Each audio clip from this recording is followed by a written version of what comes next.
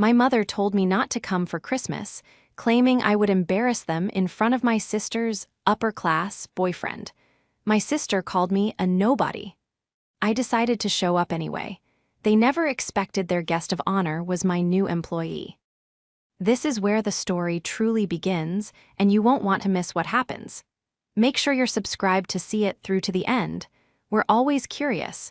Where in the world are you all watching from today? Let us know in the comments. The call came on a Tuesday, which was, in itself, an insult. It was a cold, miserable evening, the kind where the rain can't decide if it wants to be sleet, and the wind sounds like it's personally offended by your windows. I was just starting to feel human again. I'd been laid flat by the worst flu of my adult life, a vicious, fever-drenched ordeal that had lasted 2 full weeks. My muscles still ached, my head felt packed with cotton, and my apartment was a testament to survival, mugs of cold tea, empty tissue boxes, and a weighted blanket I'd barely emerged from. I was looking at my calendar, planning my flight home for Christmas, which was only 10 days away.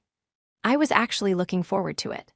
I'd been working 80-hour weeks for months, launching a new sustainable tech initiative at my firm, and the idea of 2 weeks in my childhood home, even with my family's quirks, sounded like a reprieve. I wanted my mom's bad casseroles and my dad's predictable stories. My phone lit up on the coffee table. It wasn't just one name, it was a group video call. Mom, Dad, Claire. A prickle of anxiety, sharp and familiar, cut through the flu fog. A group call was never good. It was for interventions, it was for announcements, it was for ambushes. I swiped to answer, forcing a smile onto my face. "Hi, everyone, I was just..." "Scarlett," my mother's Margaret's voice was thin, tight. She wasn't smiling. She was sitting on the formal living room sofa, the one nobody was ever allowed to sit on. My father, Richard, was beside her, looking stiffly at a spot just past the camera. My younger sister, Claire, was lounging in the armchair, phone in hand, looking bored. "Mom, is everything okay?" My voice sounded raspy from the flu. "Scarlett, dear," Mom began, using the tone that always preceded bad news. We need to talk about Christmas." I pulled the blanket tighter. "Okay, what's wrong? Did something happen?" My father cleared his throat, still not looking at me. "Your mother and we've been talking, and with Claire's situation, we've decided it's just not a good year for you to come home." The words were so cold, so sterile that they didn't compute. Not come home? What do you mean? I've already got my presents wrapped." My sister, Claire, let out an exasperated sigh, loud enough for the microphone to catch. "Oh, Mom, just tell her. Stop trying to be nice about it." She sat up, her perfectly made-up face filling her little video window. "Look, Scarlett, I'm bringing my new boyfriend Julian home, and he's important." I blinked, the cotton in my head feeling denser. "Important, okay. That's great, Claire. I'm looking forward to meeting him." "No, you don't understand," Claire snapped, her voice dripping with the kind of condescension she'd perfected in high school. "He's actually important. He's not like, anyone you know." My father finally spoke up, his voice gruff and uncomfortable. "He's from a different class, Scarlett, a different world. His family is very prominent. We don't want to embarrass ourselves." The room tilted, the sleet hammered against the glass. "Embarrass yourselves?" My voice was barely a whisper. "What does that have to do with me?" This time, it was Claire who delivered the final, precise strike. She sneered, a perfect, ugly twist of her lips. "Julian is used to a certain caliber of person, Scarlett. He moves in circles you just wouldn't understand. He doesn't like being around, nobodies." Nobodies. The word hung in the air, echoing in the sterile silence of my apartment. Nobody. "And let's be honest," Claire continued, warming to her topic, "your little office job is just sad. We don't want him asking what you do and have to make something up. It's just easier if you're not here." I looked to my mother. Her face was a mask of strained politeness. "It's just for this 1 year, dear," she said, her voice bright and brittle. "This is very important for Claire. Julian could be the one. We're having him for the entire Christmas week, and we just want everything to be perfect. You understand?" I looked at my father. He was inspecting his fingernails. I couldn't breathe. I, Scarlett Vance, 36 years old, founder and CEO of Terra Global Strategies, a firm that consulted on sustainable technology for half the Fortune 100, was a nobody. I, who had quietly paid off the mortgage on the very house they were sitting in. I, who had funded Claire's vlogging career for 3 years, including the new camera, the apartment, and the car. I, who subsidized my parents' comfortable early retirement, which they attributed to my father's shrewd investments. I was an embarrassment. My little office job was sad. "I see," I managed to say. "The flu, the fever, the body aches. None of it compared to the profound, icy chill that was spreading from my chest outward." "Good," Margaret said, relief flooding her face. "I knew you'd understand. You were always the practical one. We'll make it up to you. Maybe we can do a dinner in February." "Maybe," I said. "Great, well, we have to go. We're picking out a new centerpiece for the table. Julian is used to a very high standard." The call ended. The screen went black. I sat there for a long time, listening to the rain and the hollow buzz of the phone. The beautiful, neatly wrapped presents I'd spent weeks picking out were stacked by my door. I felt the fever spiking again, but this was different. The rejection wasn't just a change of plans, it was a verdict. And the betrayal felt far more toxic than the fever I'd just broken. For the first few hours, I was just numb. I curled up under the blanket and stared at the dark city skyline. The pain of the flu had been a physical, understandable thing. This was a deeper sickness. This was a hollowing out. Nobody's. A different class. We don't want to embarrass ourselves. The phrases played on a loop, each one a fresh sting. I thought about my life, the one they knew nothing about. I had chosen anonymity. When I founded Terra Global Strategies, I'd done it quietly. I'd built it from my spare bedroom, coding and designing sustainable systems until my fingers were numb. I'd taken the risks, worked the 80-hour weeks, and built an empire. I kept my name off the press releases. I let my COO be the public face. I lived in a comfortable, elegant, but understated apartment. I drove a reliable sedan. I wore quiet, well-made clothes that Claire would call boring. Why? Because I had seen what wealth did to people. And because, on some deep, childish level, I wanted my family to love me, just Scarlett. The practical one, the boring one, I didn't want them to love S. Vance, CEO.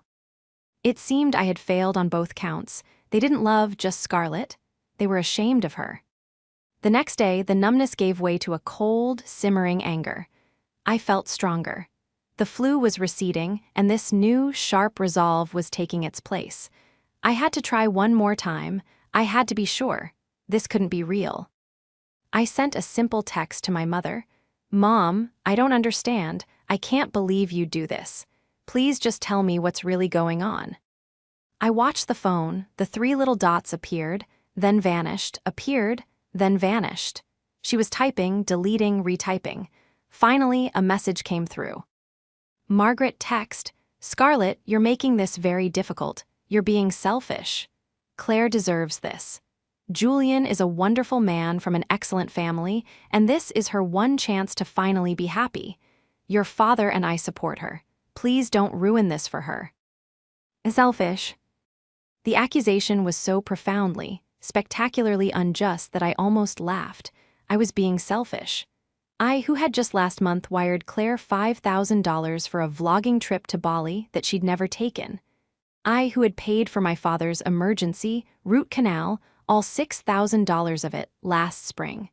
I, who had never asked for a single thing in return except to be present at Christmas. The coldness of my mother's text, her immediate pivot to painting me as the aggressor, was the final confirmation. This wasn't a misunderstanding. This was a calculated decision. They were trading me for a social upgrade. I sat at my desk, my work laptop open. My inbox was flooded with year-end reports, contracts, and market projections. And then I saw it. An email chain from my executive assistant. Subject, Ray. Onboarding complete. Julian Rutherford, CFO. My blood went still. Julian. It couldn't be. Julian was a common name, but Rutherford, from an excellent family, important. My fingers flew across the keyboard. I opened our secure HR portal. I typed in the name. And there he was. Julian Rutherford, age 37, poached from our biggest competitor, my new high-profile chief financial officer. I had hired him myself.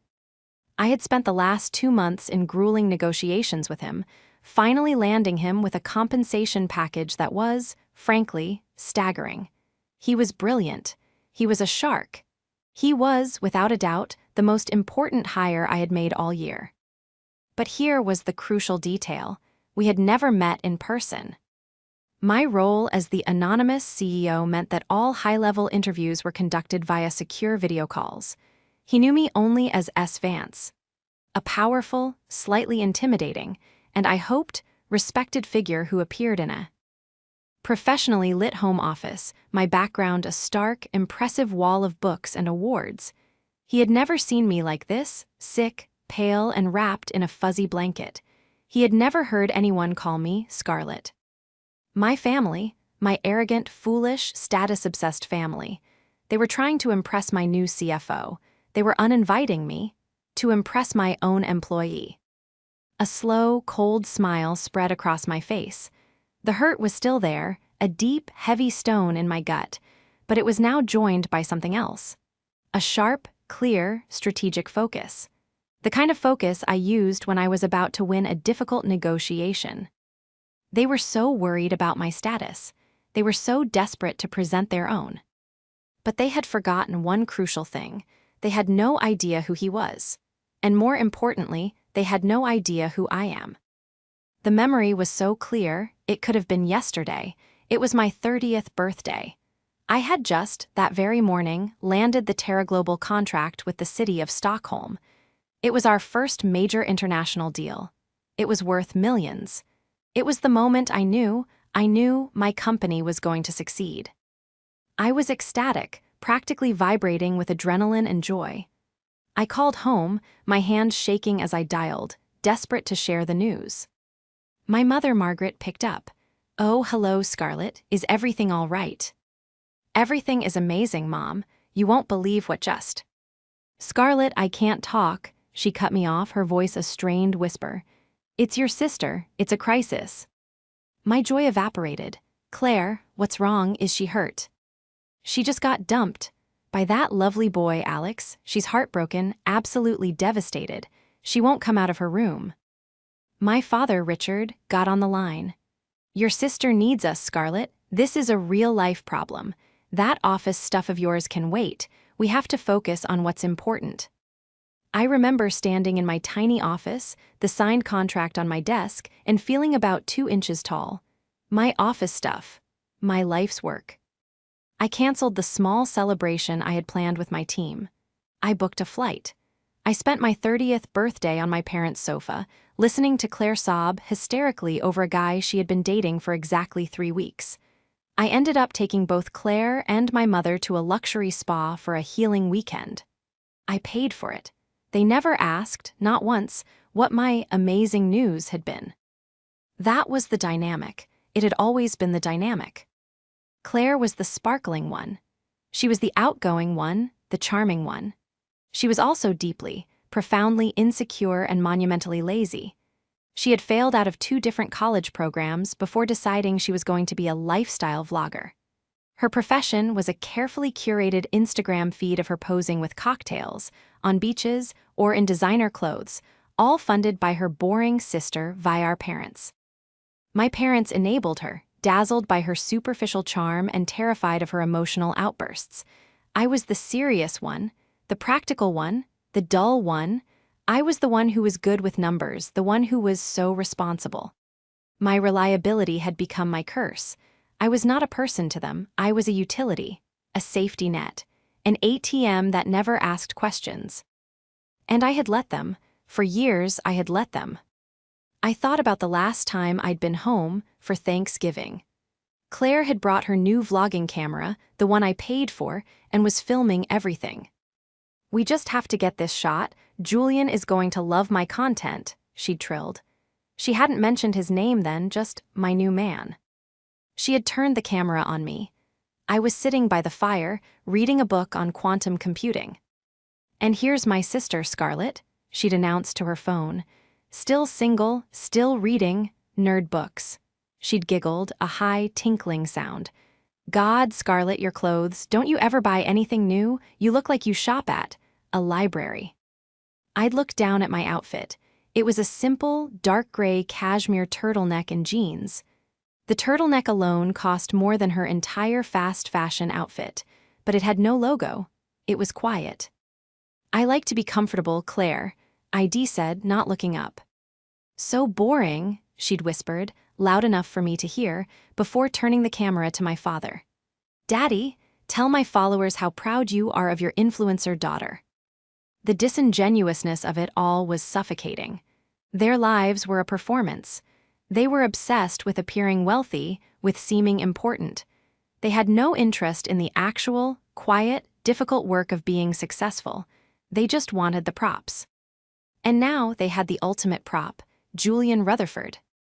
They saw him as their ticket to the different class they so craved. They thought that by association, they would become important. And to secure that association, they needed to cut out the one part of their lives that didn't fit the new narrative. Me, the nobody, the sad office worker, the walking, talking reminder of a lower class they were desperate to escape. The cruelty was the point. It wasn't enough to just uninvite me. They had to degrade me. They had to justify their decision by tearing me down, by reassuring each other that I was, in fact, an embarrassment. "He doesn't like being around. Nobodies." That was Claire's voice, but the sentiment was shared. It was the family motto. I closed my laptop. The anger I felt was so pure, so cold, it was almost calming. The fog of the flu was gone. My head was completely, beautifully clear. They had mistaken my quietness for weakness. They had mistaken my generosity for stupidity. They were about to learn, in the most public way possible, just how wrong they were. The shift inside me was palpable. The hurt didn't vanish. It was a deep, permanent bruise, but it was no longer paralyzing. It had crystallized into resolve. For days, I'd felt like a victim. Now, I felt like a CEO. I stopped replaying their insults and started forming a strategy. My old plan had been to fly home, stay in my childhood room, and pretend to be the dull daughter. My new plan was different. I was not going to be just Scarlett this Christmas. I went to my laptop. I wasn't just investigating Julian, I was reevaluating him. I had his entire HR file. I'd read it before, of course, but now I was reading it with new eyes. He wasn't old money, as my family desperately believed. He was the opposite. His file told a story of fierce, grinding ambition. He'd grown up in a working-class neighborhood. His father was a mechanic, his mother a teacher's aide. He'd gotten to the Ivy League on a full academic scholarship. He declawed his way up the corporate ladder at our competitor with sheer talent and a relentless work ethic. The personal statement in his application packet included a line I'd skimmed over at the time, but which now leapt off the page. "I have no patience for unearned arrogance or those who mistake privilege for merit." My sister, the aspiring influencer who had never worked a real day in her life, had snagged a self-made man who despised everything she stood for. The family's entire plan was built on a lie. They were pretending to be the very upper-class snobs that a man like Julian would, in all likelihood, loathe.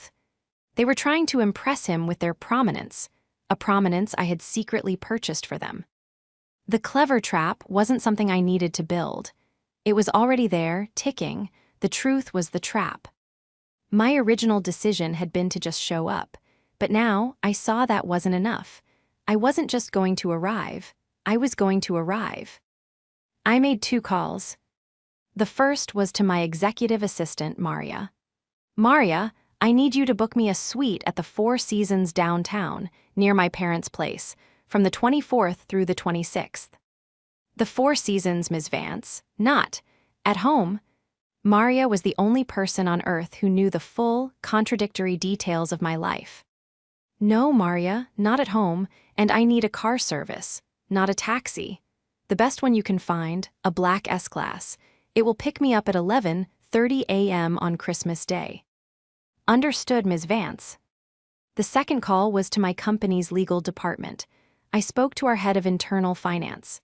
David, I said, I need you to draw up a full accounting of the Vance Family Trust. Yes, the discretionary one. I want a complete, itemized list of all expenditures for the last 5 years. Mortgage payments, cash transfers, medical bills, everything. And I want it notarized. I'll need a hard copy by Monday. He didn't ask why. He just said, yes, Ms. Vance. I then went online and looked at my flight. I was supposed to fly in on the 23rd. I canceled it. I booked a new flight, first class, arriving at 8 p.m. on Christmas Eve. I felt a pang of something, guilt, sadness. It was the end of an era, the end of pretending. I was done being their secret. I was done being their shame. I looked at the stack of gifts I'd bought for them. The expensive watch for my father. The rare, first edition book of poetry for my mother. The top-of-the-line vlogging drone for Claire. I carefully unwrapped the drone. I put it back in its box. I rewrapped my father's watch and my mother's book. Then I found a simple, elegant gift bag. Into it, I placed the notarized, leather-bound folder of financial statements that David was preparing. That would be my gift to the family. The gifts for my parents, I'd give them to my driver. A new text from Claire lit up my phone. Claire text, just confirming you're not coming. Julian is so excited, and I'm wearing a new dress. It would be just like you to show up and ruin it by being all mopey. I typed back a single, simple reply. I wouldn't miss it for the world. See you tomorrow. The scene receipt appeared instantly. The 3 dots began to dance frantically. I put my phone on silent and tossed it in my bag. The trap was set. Now, I just had to let them walk into it. The frantic call. Started an hour before I boarded my flight on Christmas Eve. I let them all go to voicemail. Voicemail 1, Mom, high-pitched, panicky. Scarlett, what did you mean by that text? You can't be serious. You cannot come here. I am forbidding you from coming to this house. Julian is here. You will ruin everything. Voicemail 2, Claire, whispering, furious. I swear, Scarlett, if you show up here tomorrow, I will have you arrested. I'm not kidding. You are trying to sabotage me because you're a jealous, pathetic nobody. Stay away. Voicemail 3, Dad, gruff, angry. Scarlett, I don't know what game you're playing, but your mother is in tears. You have ruined Christmas Eve with this stunt. This threat, you're a bitter, jealous woman. Do not come here tomorrow, I mean it. We won't let you in. The finality of it was absolute. They hadn't just uninvited me, they had now actively barred me. They called me a liar, pathetic, and bitter. The love I'd thought was conditional, it wasn't there at all. I landed at 8 p.m. The city was beautiful, draped in festive lights. I bypassed the chaos of the taxi line and stepped into the warm, quiet interior of the town car that was waiting for me. I checked into my suite at the Four Seasons. It was spacious, beautiful, and looked out over the glittering city park. It was also completely, painfully empty. I ordered room service and opened my laptop. I didn't sleep. I worked. I finalized the new Q1 budget and approved the press release for our Singapore expansion. At 10 p.m., my work phone pinged. It was an email from Julian Rutherford, my new CFO. Subject, Merry Christmas. Message, Ms. Vance, I just wanted to wish you a Merry Christmas. I'm settling in well, and I'm incredibly excited about the work we're going to do in the new year. Thank you again for this opportunity. I won't let you down. Julian. I stared at the message. Settling in well. He was, at that very moment, in my parents' house. He was probably drinking my father's good whiskey and eating my mother's hors d'oeuvres. He was settling in with the family that was, at that exact same time, leaving me furious voicemails, forbidding me from entering their home. I typed a brief reply. Merry Christmas to you as well, Julian. I look forward to a very productive year. S. Vance. This was the first confrontation, the one they were having with themselves. I imagined the scene. Claire must have gotten my text. She would be in a panic, but she wouldn't dare tell Julian the truth. She wouldn't say, "My sister, the one we uninvited, might be your new boss." Why? Because her entire relationship with him was built on the lie that she was the impressive one, that her family was upper class. I imagined her cornered. She would be forced to double down. She would tell Julian, "Oh, my sister is just difficult, she's very unstable. She might show up and make a scene. She's always been jealous of me." She would paint me as the crazy, failed sister, and she would tell my parents to be ready. They would be a united front of lies. My phone rang again, a new number. I let it go to voicemail. Voicemail 4, Claire, voice cracking, trying to sound strong. I told Julian all about you, about how you're struggling. He understands. He said it's sad, but that families are complicated. So don't bother, Scarlett. He already knows you're a mess. We're all on the same page. Just leave us alone. I almost felt a pang of pity for her. She was in so far over her head. She had no idea what she was doing. She was trying to play chess with a grandmaster, and she just put her own king in check. He already knows you're a mess. I saved the voicemail. The trap wasn't just set, it was baited, and they had taken it hook, line, and sinker. I slept for 2 hours. I woke up at 7 a.m. on Christmas morning, alone in a hotel room. I took a long, hot shower. I put on a simple, elegant, dark green cashmere dress. It was expensive, but it had no label. It was the kind of dress Claire would call boring. I put on minimal makeup, pulled my hair back, and slipped on a pair of simple diamond earrings. I looked in the mirror. I didn't see a victim. I didn't see a nobody. I saw S. Vance, and it was time to go to work. At 11:15 a.m., my car service arrived. The driver, a professional man in a dark suit, held the door for me. I placed the 2 beautifully wrapped gifts, the watch for my father, the book for my mother, on the seat beside me. In my hand, I held a simple, tasteful holiday gift bag. Inside was the leather-bound, notarized report from my legal department. The drive to my parents' house was surreal. This was the route I had taken every Christmas of my life. But instead of arriving in a rattling airport taxi, filled with excitement, I was arriving in a black Mercedes S-Class, feeling like a general heading into battle. As we turned onto their street, I could see the house. It was decorated, lights twee. Ankling, and parked in the driveway right behind my father's car, was a sleek, silver sports car. Julian's, no doubt. My family was on high alert. I knew that from the voicemails. They were expecting crazy, mopey Scarlett to show up in her sad clothes and make a scene. They had probably been up all night, rehearsing their lines, united in their story of my instability. Claire's last voicemail was the irrefutable proof I needed. She hadn't just lied, she had slandered me to my new CFO. She hadn't just tried to protect her fantasy, she had actively tried to damage my reputation with a man who was crucial to my company. This was no longer just a family drama. This was a corporate liability. The car pulled up to the curb. I sat for a moment, gathering myself. The driver came around and opened my door. "Would you like me to wait, ma'am?" he asked. "Yes, please," I said. "I don't believe I'll be long." I walked up the stone path. The door opened before I even had a chance to ring the bell. My mother, Margaret, was standing there. She was wearing a new, expensive-looking red dress. Her face, which had been smiling, no doubt expecting a different guest, collapsed into a mask of pure, unadulterated fury. "Scarlett," her voice was a low hiss. You cannot be here, I forbade you, I told you." "Hello, Mom," I said, my voice calm and even. "I'm just dropping off gifts, I won't stay long."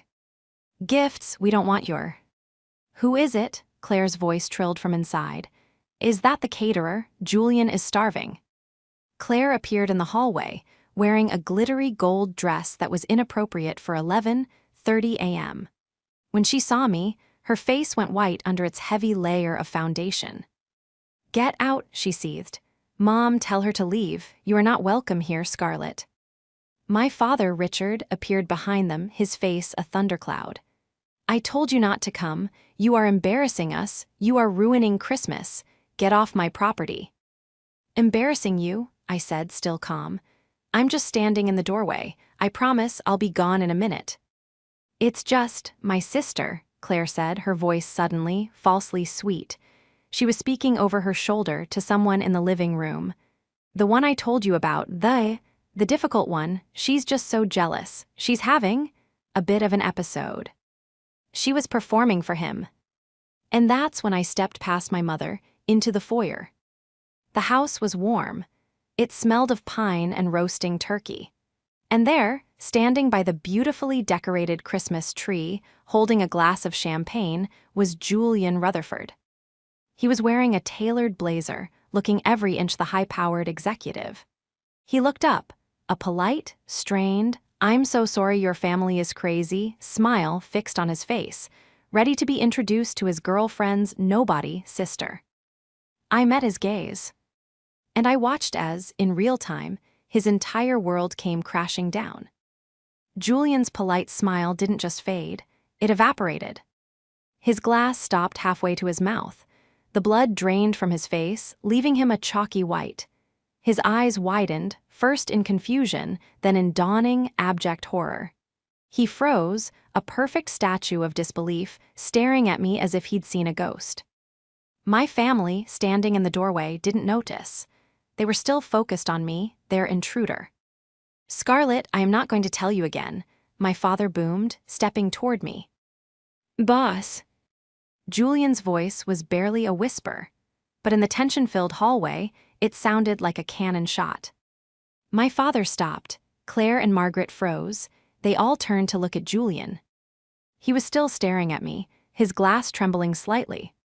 "Boss," he said again, louder this time, his voice cracking with confusion. "Ms. Vance, what? What are you doing here?" The silence that fell was absolute. It was so total, so heavy, I could hear the faint ting of an ornament settling on the tree. My mother, my father, my sister. They swiveled their heads back to me, their expressions identical, slack-jawed, uncomprehending shock. It was Claire who broke the spell. She let out a high-pitched, hysterical laugh. "What? Julian, what did you just call her? Don't be ridiculous, this is just Scarlett." She waved a dismissive hand. "My sister, the one I told you about." Julian ignored her. He was standing straight now, all professional deference and panic. He looked from me to Claire and back to me. "Ms. Vance, I had no idea, Claire said her sister was, she said. She said I was struggling," I offered, my voice quiet, but it carried in the dead silence. "That I was a mess, that I was a nobody." Julian's face went from pale to a deep, mortified red. Yes, Ms. Vance, Claire," my mother whispered, grabbing my sister's arm. "What is he talking about? Why is he calling her boss?" "He's wrong," Claire shrieked, her eyes wild. He's confused. Tell them, Scarlett. Tell them you're lying. Tell T. Hem, you're just a secretary or something." This was the moment. All the years of being the dull one, the practical one, the family ATM, the embarrassment. It all ended here. "I'm not a secretary, Claire," I said, my voice cutting through her panic. "I am not lying. I have never lied. You just never bothered to listen." I turned to my stunned parents. "I founded Terra Global Strategies 8 years ago. My boring office job is running a multinational sustainable technology firm. A corporation, Julian," I said, turning to him, "that I believe you're finding quite profitable." Julian nodded, swallowing hard. "Incredibly, Ms. Vance, yes." "Julian is my new chief financial officer," I explained to my shell-shocked family. "I hired him. He is my employee." "No," Margaret whispered, shaking her head.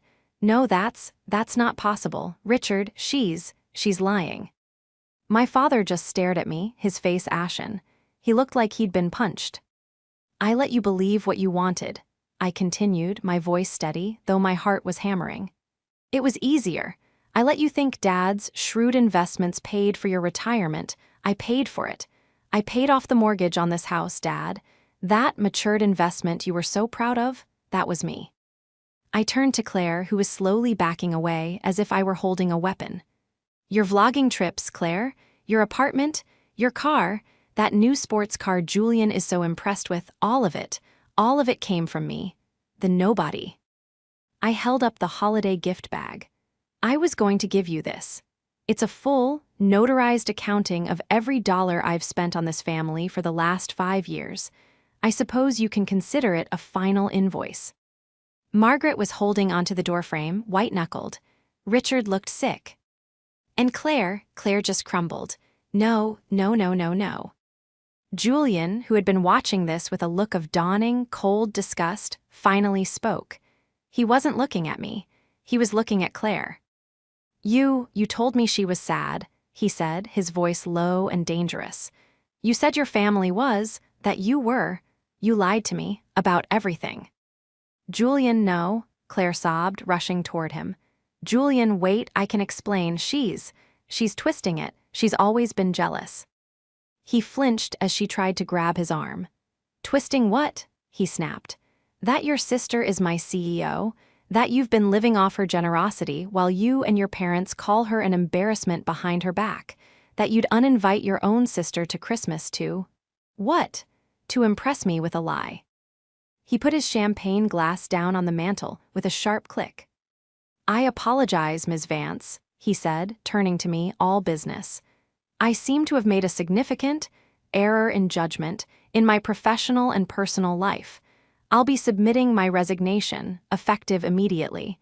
I can't work for a company associated with this. That won't be necessary, Julian, I said just as coolly. My family's choices are not a reflection on Terra Global, but I understand. Send me an email on Monday. We'll discuss it. He nodded, his face grim. He walked to the foyer, grabbed his coat. Claire was openly wailing. Julian, please, don't go. She ruined it. She ruins everything. Julian looked at her one last time, his face carved from ice. Don't ever call me again. He opened the front door and walked out. I was left in the foyer with my 3 stunned, silent family members. The only sound was Claire, who had slid down the wall and was now making dry, gasping sobs. He's gone, she whispered, looking at the open door. She turned her tear-streaked, makeup-smeared face to me. You ruined my life. I looked down at her, the anger finally draining away, leaving only a vast, cold emptiness. No, Claire, I said. You did this with your jealousy, your greed, and your cruelty. You just never imagined there would be consequences. My mother, Margaret, finally spoke. She looked old. The fire was gone, leaving just a frail, bewildered woman. Scarlett, why? Her voice was a whisper. Why didn't you ever tell us? It was the ultimate question, wasn't it? Would it have mattered? I asked, genuinely curious. If I had told you, would you have loved me more, or would you have just asked for more money? You didn't love Scarlett the daughter. You were ashamed of me. You only wanted to use Ms. Vance the CEO. You just didn't know you already were. My father, Richard, just shook his head, speechless. He wouldn't meet my eyes. The shame rolling off him was a palpable thing. He, who was so worried about me embarrassing him. The payments will stop, I said quietly, the words landing with the finality of a gavel. The annuity, the trust that pays this mortgage, Claire's allowance, all of it, I'm done. I looked at the 3 of them, the family I had loved and sacrificed for, and kept afloat for my entire adult life. You wanted me gone. I said, you got it. I placed the holiday gift bag with the financial report on the hallway table. Then I took the 2 wrapped gifts, the watch and the book, and placed them on top of it. Merry Christmas. I turned and walked out the open door. I didn't look back. The Mercedes was waiting. My driver, seeing my face, simply opened the back door. I got in, and we drove away, leaving the house of my childhood and the family I no longer knew behind me. A few weeks later, I was back in my office. Julian Rutherford did, in fact, send me an email on Monday. We had a long, professional, and very candid video call. He apologized profusely for his lapse in judgment. I, in turn, told him I valued his talent and his honesty. I did not accept his resignation. Instead, I gave him a massive raise and a promotion, transferring him to lead our new, critically important Asia-Pacific division. He would be based in Singapore. As far from my family as he could possibly get, he accepted with gratitude. I got a call, forwarded from my legal team, from my parents' bank. They had missed their mortgage payment. The house was in foreclosure. I owned the note, of course, through a blind LLC. My lawyers were handling the proceedings. I heard from a mutual cousin that Claire's vlog was dead. Her car had been repossessed. She had been forced to get a job as a secretary at a local insurance office. There was no heartfelt reconciliation. The damage was too deep, the betrayal too absolute. My parents sent letters. At first, they were angry and demanding. Then, they were pleading. Finally, they were just apologetic. I didn't read them. I had my lawyer manage all communication. I did not leave them with nothing. I was not them. I arranged for a small, clean, 2-bedroom condo in a respectable retirement community to be purchased for them in their name. Bought and paid for, but with no cash allowance, no trust fund, no extras. It was more than they had offered me. They took it. The story ends 6 months later. I was on a rooftop terrace in Singapore, overlooking the glittering skyline, a skyline my firm had helped make more sustainable. I was toasting with Julian, celebrating the closure of a massive new deal. "To S. Vance," he said, raising his glass, "the boss." I smiled, raising mine. "To Scarlett," I corrected him, "and to knowing who your real family is." I looked out at the bright, beautiful, and unfamiliar city. I was not a nobody. I was not sad or bore open or pathetic. I was free.